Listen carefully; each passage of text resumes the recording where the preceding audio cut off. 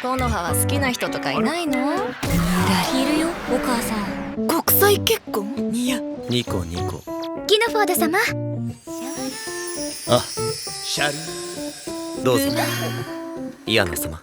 そしてコノハが傷つくと私はソルに殺される。踊りましょう。とにかく邪魔をする。人かもしれないわ。向こうで休みます。お疲れ様でした。